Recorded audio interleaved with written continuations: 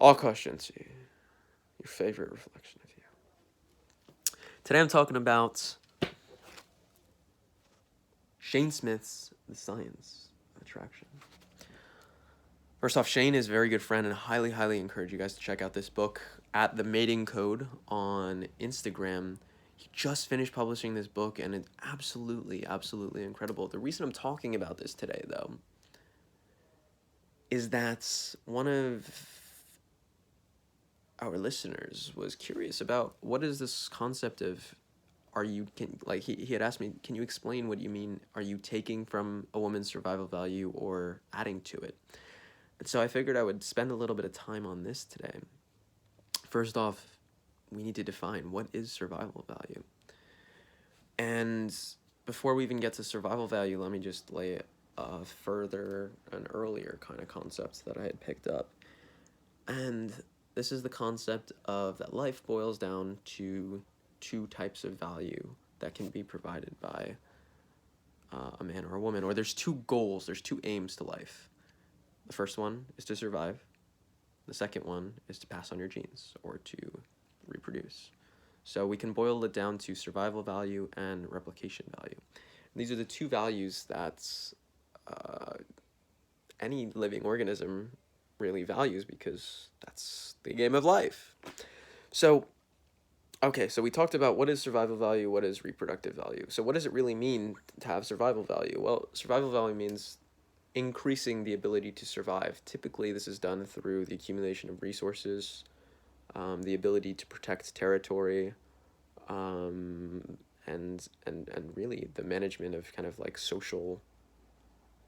What would you call these? Social interactions or social capital, if you will.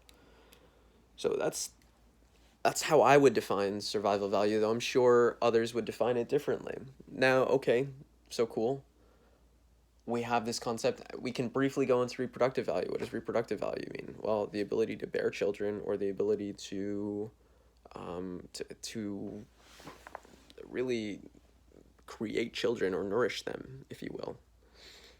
And so now having this kind of background as to at a high level of what survival and replication value means, how does a man either add or take away to a woman's survival value? Well, the obvious thing, let's take a look at extremes, right? So let's take a look at the billionaire guy who is surrounded by tons of beautiful women, has connections with all of the top businessmen in the world, politicians, bankers, academics, intellectuals, culturalists, etc. Just access to anything he could ever imagine in his world. So that's one man. The second man is completely has nothing to his name, maybe is a bit psychotic, very grungy and not well put together. And let's say he every single day doesn't know where his next meal will come from. So two very different men in this scenario. Now let's say a beautiful woman is there and she's in an environment where let's just call it a city bar on the nightlife in the city, in New York City, for example.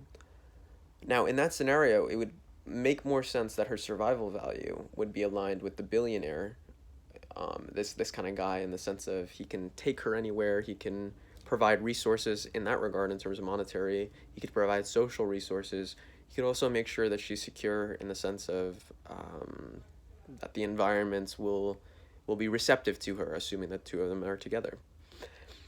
Now let's look at the other guy. The other guy would be, like I mentioned, kind of the guy who just doesn't have much going on for him in terms of the material things.